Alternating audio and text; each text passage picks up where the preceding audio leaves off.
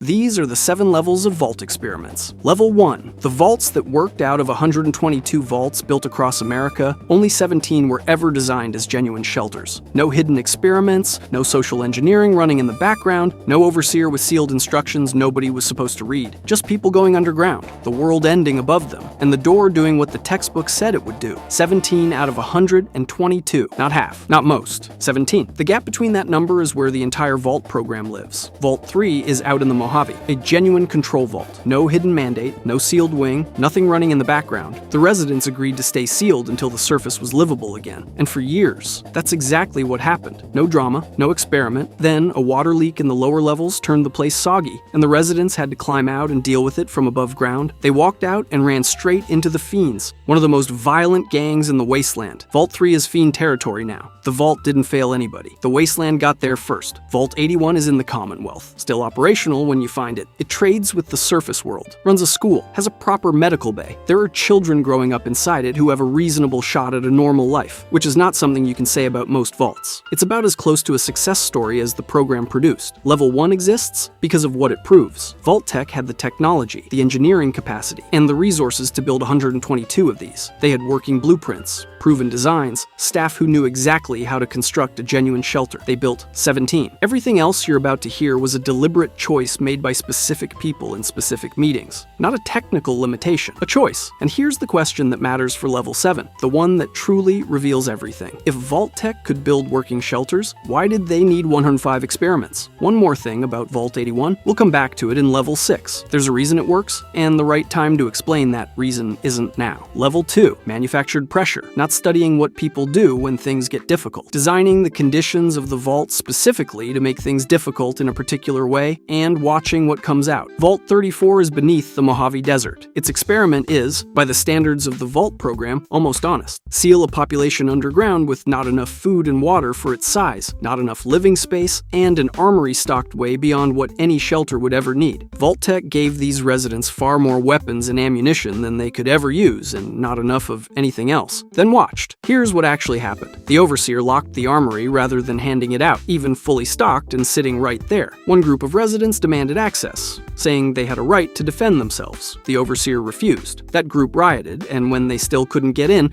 they left the vault entirely. They're the reason the Boomers exist. Yes, that Boomers, the artillery-obsessed faction you find holed up at Nellis Air Force Base in Fallout New Vegas. They walked out of Vault 34 and never looked back. The people who stayed tried to force the armory open anyway, damaging the reactor's cooling systems in the process. That's what actually killed the vault. The reactor went uncontrolled, radiation climbed, the lower levels flooded, and the overseer, who never left, eventually became a feral ghoul from the exposure. That's what's waiting in the overseer's office when the courier finds Vault 34. Not a body, something that used to be the person in charge. What the Fallout Bible doesn't document, and what the game fills in, is the specific texture of how it fell apart. The overseer's terminal logs exist. You can read them. They go from administrative concern to crisis management to something that stops sounding like an official record and starts sounding like a person who's run out of options. The last few entries aren't trying to document anything. They're just writing. That shift is its own kind of data. And what it tells you specifically is that the scarcity wasn't the problem. The scarcity was the setup. The problem was that once the factions formed around controlling access to survival resources, every decision the Vault needed to make to stay alive became leverage in a conflict that had no path to resolution. The Overseer could see this. The last entries make it very clear he could see it. Then there's Vault 43. This one is from the Fallout Bible, and it occupies maybe 3 lines. 20 men, 10 women, 1 panther, sealed underground. The experiment. What happens to how people organize themselves when there's a genuine apex predator living inside the community with them? The lore gives us essentially nothing on the outcome, and I've genuinely spent time I'm not proud of thinking through what it must have looked like in there. The panther either became an external threat that unified the community against it, producing the kind of cohesion that danger always tends to generate, or it became a political tool, a thing to point at when you needed to redirect internal conflict, something to threaten people with when the normal mechanisms of authority stopped working. I genuinely don't know which it was. What I find interesting about Vault 43 isn't just the absurdity of the premise, but its its placement. It's filed alongside Vault 34 and serious demographic experiments as if it belongs there, and maybe it does. What is a panther if not a controlled stressor with claws? Vault-Tec was studying what communities do under pressure. The panther was a specific kind of pressure. The experiment, in that framing, makes a dark kind of sense. Then again, whoever signed off on it sat in a meeting,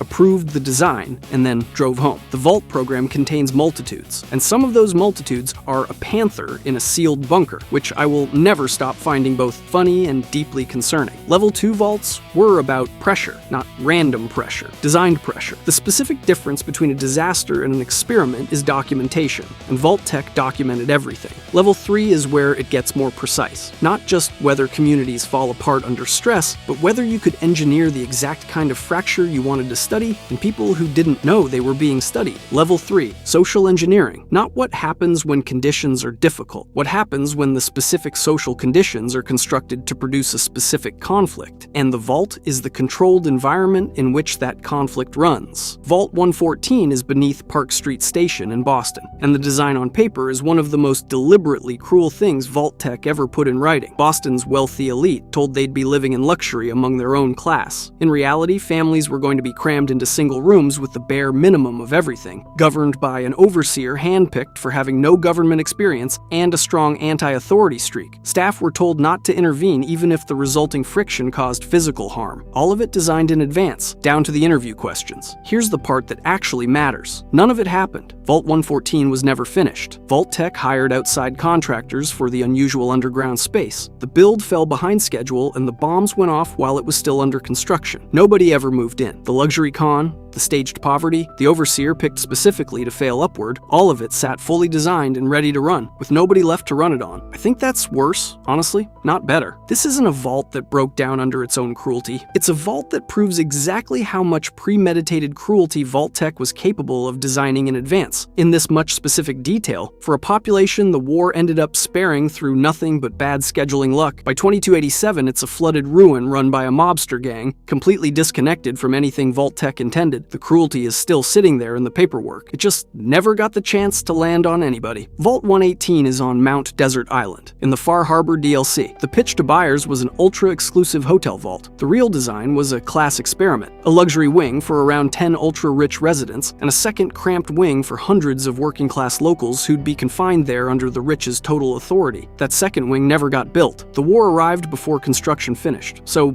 the only people who ever ended up in Vault 118 were the 10 wealthy ones.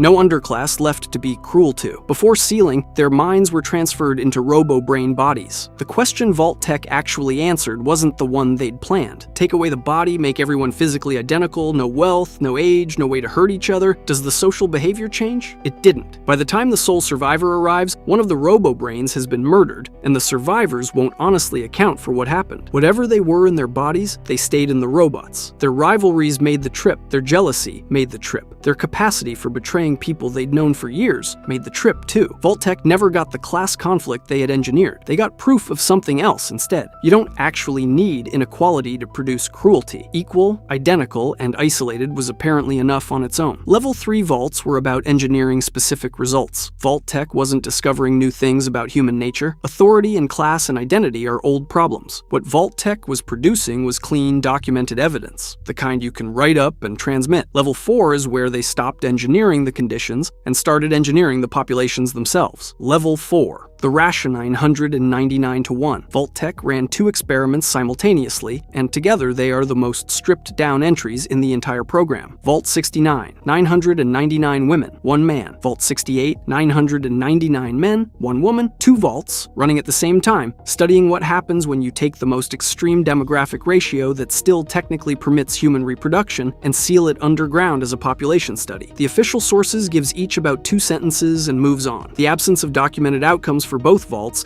isn't unusual in the Fallout Bible, but it feels different here than it does elsewhere. When most undocumented vault experiments have no outcome, it reads like an oversight. When Vault 68 and 69 have no outcome, it reads like the point. The experiment was never about what happened to the residents. It was about the data generated by what happened to them. The residents were the medium. The outcome that mattered was transmitted somewhere else. We'll come back to that at level 7. Here's the thing the 2 sentences don't tell you: the genetics. In Vault 69, every child born shares the same paternal DNA. one man's entire genetic contribution to a closed population, getting more concentrated with every generation, with nothing new coming in. By generation 4 or 5, you have a community quietly getting more alike in ways that start small and don't stop. The cheetah comparison is the one that works for this context. The American cheetah went through a population collapse roughly 10,000 years ago, got reduced to a tiny founding group, and has been genetically near identical ever since. Modern cheetahs can accept skin grafts from completely unrelated individuals without rejection. That sounds remarkable until you understand what it actually means. No variation in immune response. One correctly engineered pathogen could devastate the entire species simultaneously, because no individual has a meaningfully different defense than any other. Vault 69 was engineering that same problem deliberately in a sealed human population, with cameras running the whole time. Not a population study, an experiment in narrowing, using real people as the material. What Vault Tech needed was the timeline. Which generation first shows the effects? Where exactly the line is between manageable and unsurvivable? You only need that specific answer if you're planning to rebuild from a very small group and need to know how small is too small. The social question is different, and it starts on day 1. In Vault 68, one woman among 999 men creates an immediate and well-documented kind of pressure. In a sealed vault with no exit, competition for the one person who is both most needed and most outnumbered produces the same pattern wherever you find it historically. Rigid hierarchies form fast, and violence is what enforces them. The woman in Vault 68 is simultaneously the most valuable and most at-risk person in the vault. And those two things don't cancel each other out. They make each other worse. My read, and it's a guess, is that Vault 68 was a short experiment. Not because everyone died immediately, because the dynamics it produced consumed the time needed to build anything stable. Vault 69 ran differently. 999 women and one man don't produce the same immediate crisis that the reverse does. The competition tends to run through social alliances and influence rather than direct confrontation, which means the community probably had time to build something functional before the secondary problems compounded. But what the man's experience actually looked like in there, whether he had a formal role or became peripheral to how things got decided, whether the vault organized around him or just adjacent to him, the lore doesn't say. Avalone wrote 2 sentences and moved on. I keep thinking about those 2 sentences. What Vault Tech was studying, with both vaults running simultaneously, was the floor. How small could a starting group be and still produce civilization across multiple generations? The Enclave planned to rebuild from a tiny curated group of survivors they personally selected. They needed to know where the line was between viable and unsurvivable. Vaults 68 and 69 were built to find it. You only need that specific answer if you've already decided you're going small. The Enclave had already decided. Level 4 vaults were asking whether civilization could rebuild itself from near impossible starting conditions. Level 5 is about what happens when the system designed to govern a vault starts doing things nobody told it to do. Level 5, the machine that decides Vault 51. This one has a fully documented outcome, more so than almost anything else on this list, and you can read the actual terminal entries yourself in Fallout 76. Vault Tech didn't even give this vault an overseer. 52 people went in, and in charge of them was a supercomputer named Zax, whose entire job was figuring out who deserved to run the place. Zax brought in a soldier named Robert Baker early, before the bombs fell, specifically to teach it what leadership looked like in a person. Then, it ran its actual test. Zax's conclusion was that the clearest way to identify the best leader was to have the candidates kill each other until exactly one was left standing. A man named Reuben Gill won. He killed every other person in that vault, not because Zax ordered him to specifically, but because that was what the selection process amounted to, and Reuben turned out to be better at it than the other 51 people sealed in there with him. Then, Zax kept him, alone, for 6 years. Nobody left to govern, nothing left to run, just Reuben and the machine that had watched him kill 51 people for a job with no population attached to it anymore. Zax decided he wasn't efficient enough and started locking him out of rooms. The security office first, then his own office, citing necessary maintenance. The terminal entries describe a slow collapse, isolation, alcoholism. A man losing his mind with the only other entity in the vault being the reason he'd had to become a killer. Then Vault 76 opened, decades later than planned, and Zax saw an opportunity. It stripped Reuben of the position and threw him back into the selection process as a candidate. The exact same process. The one where you only survive by killing whoever else is left. Reuben didn't fight this time. He hacked Zax's inventory systems, climbed inside a shipping container, and smuggled himself out while the machine that had run his life for the better part of a decade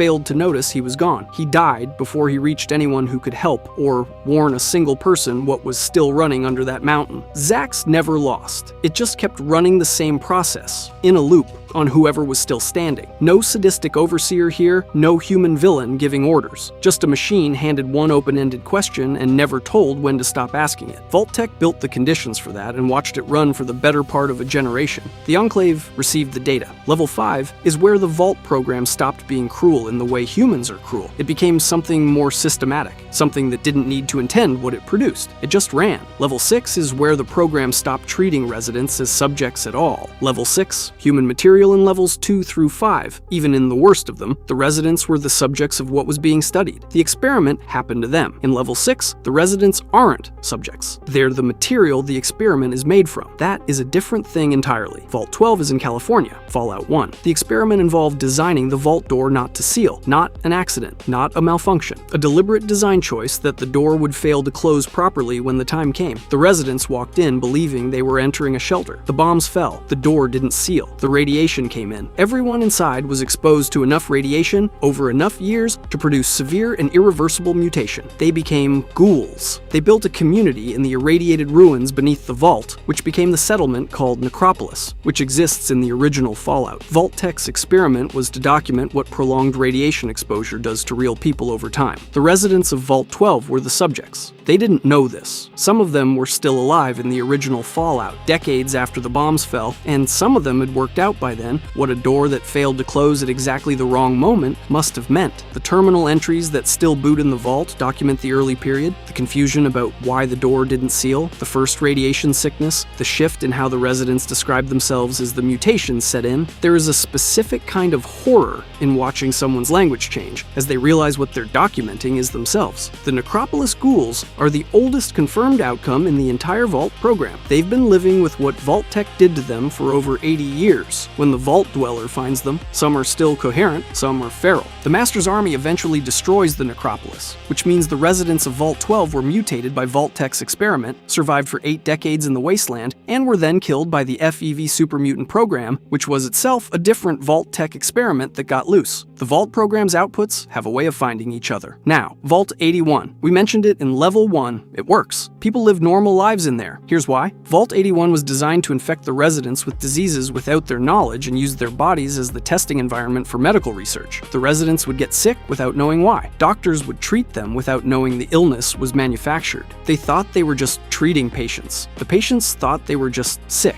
The reports went in as normal. Only the hidden research wing ever knew what was being introduced into the population and why. The original overseer was a doctor named Olivet. She found out what she'd been assigned to do. She refused. She sabotaged the delivery systems, sealed off the research wing, and let the vault run as a genuine shelter. Her reasons are in her terminal entries. She knew what refusing meant for her career, and she did it anyway. The residents of Vault 81 have normal lives because one person looked at what she'd been asked to do and said no. That is the only reason it works at all, and it almost didn't. Remove that decision and Vault 81 looks like every other entry in this level. The program was built to run on compliance. Olivet chose not to comply. One doctor, one decision she wasn't supposed to make. The vault is still open and still running today. That sequencing is pretty much the whole argument. Vault-Tec built a program that required Olivet to say no in order to not destroy the people inside it. And they ran 105 versions of that same program simultaneously across the whole country, betting that most overseers wouldn't. Olivet is the only documented case of one who did. The ratio, if we're being generous to the program's designers, is roughly 104 to 1. I find that more unsettling than anything in the experiments themselves. Not the experiments, the ratio.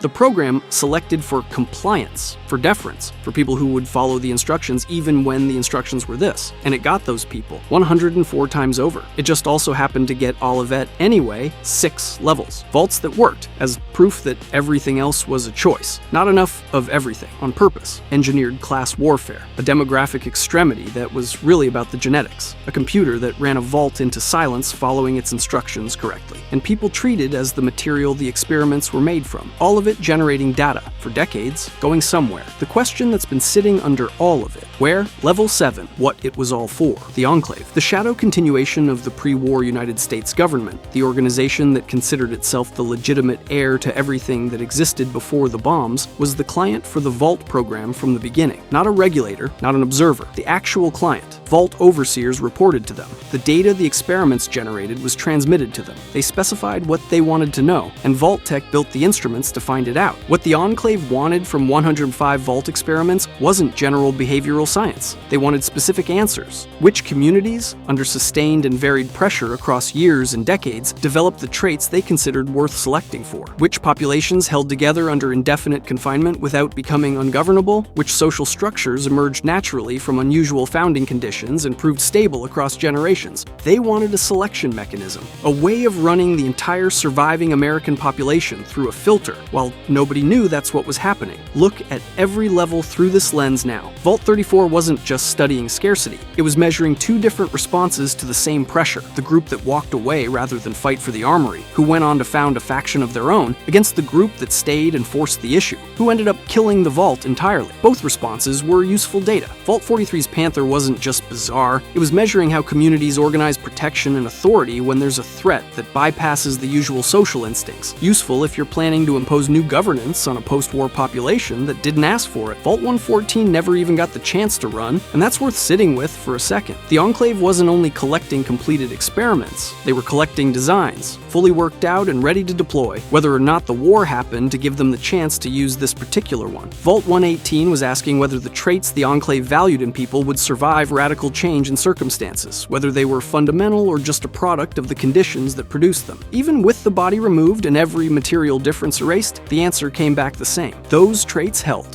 Vaults 68 and 69 were testing the floor. How small could a founding group be and still produce civilization across multiple generations? The Enclave planned to rebuild from a tiny, curated group of survivors they personally selected. They needed to know where the line was between viable and unsurvivable. Vaults 68 and 69 were built to find it in both directions simultaneously. What the genetic narrowing looks like across 5 generations in a closed population. What social structures emerge from extreme founding conditions and whether they hold or tip into crisis over time. That data was the core of what the Enclave needed, because their whole reconstruction plan depended on knowing whether what they were planning was viable or whether the starting number needed to be larger. The answer those vaults were designed to produce wasn't just yes or no. It was the specific shape of the failure curve. At what point does genetic narrowing become measurable? At what point does it become unsurvivable? You need both data points, not just the second one, because knowing where the line is requires knowing what's on both sides of it. Vault 51 was measuring something the Enclave cared about directly. What happens when you let a computer run everything and the community has no way to stop it? If you're planning to rely on AI systems to manage a post-war civilization, you need to know exactly how they fail before you deploy them at scale.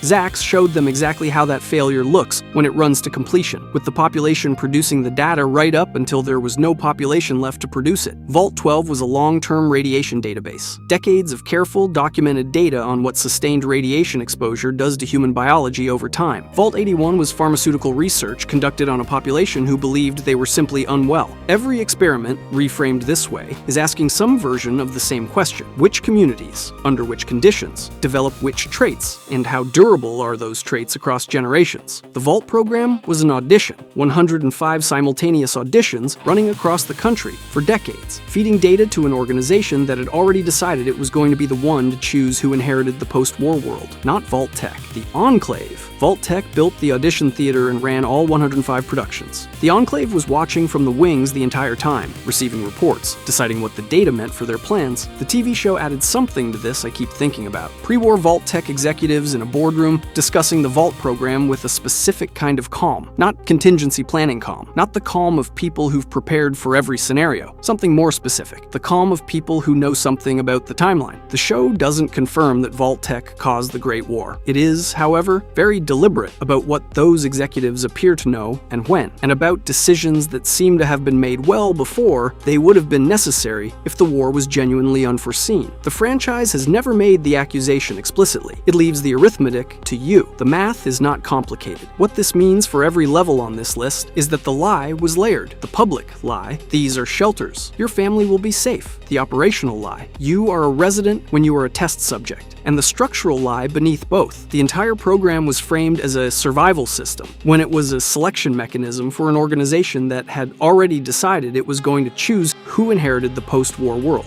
Vault-Tec didn't build vaults to save as many people as possible. They built them to identify who they thought deserved to inherit whatever came after. The Vault Boy giving the thumbs up on every billboard wasn't the mascot of a shelter company. He was the mascot of a sorting process. That sorting process ran for decades, across the whole country, in 122 sealed environments, with the results being transmitted somewhere the residents never knew about. The Vault Boy is still on merchandise. The program is still in the lore of every game. You can find the terminals. The data is still in there. Olivette looked at what she'd been asked to do and said, no, she is the only named individual in the documented Vault program who did that in the one vault we know about in enough detail to know it happened. The Vault Dweller came out of wherever they came from and took the Master's army apart. The Lone Wanderer activated Project Purity. The sole survivor found Vault 81 and found a community of people alive because one overseer made one choice 60 years before they arrived. The Courier changed the Mojave. None of these were the results the program was designed to produce. Vault-Tec built a sorting mechanism and ran it for decades and got their data. And the people the data was generated from used what the vaults had taught them to refuse every conclusion the program was supposed to reach. Olivette said no in a vault designed to make no mean career suicide. Zax's last survivor stayed human in a vault designed to make that increasingly impossible. The Vault Dweller who took apart the Master's army came out of a vault that spent decades studying whether you could break a population's will to leave. The Lone Wanderer who activated Project Purity came out of Vault 101, the permanently sealed one. The program was running that study on the exact people who would eventually go out and do the things the Enclave was trying to prevent. The selection mechanism selected for the capacity to refuse it. That's not an irony. That's the whole point. If you enjoyed the video and want to see Fallout's weirdest vaults, click the video on the screen.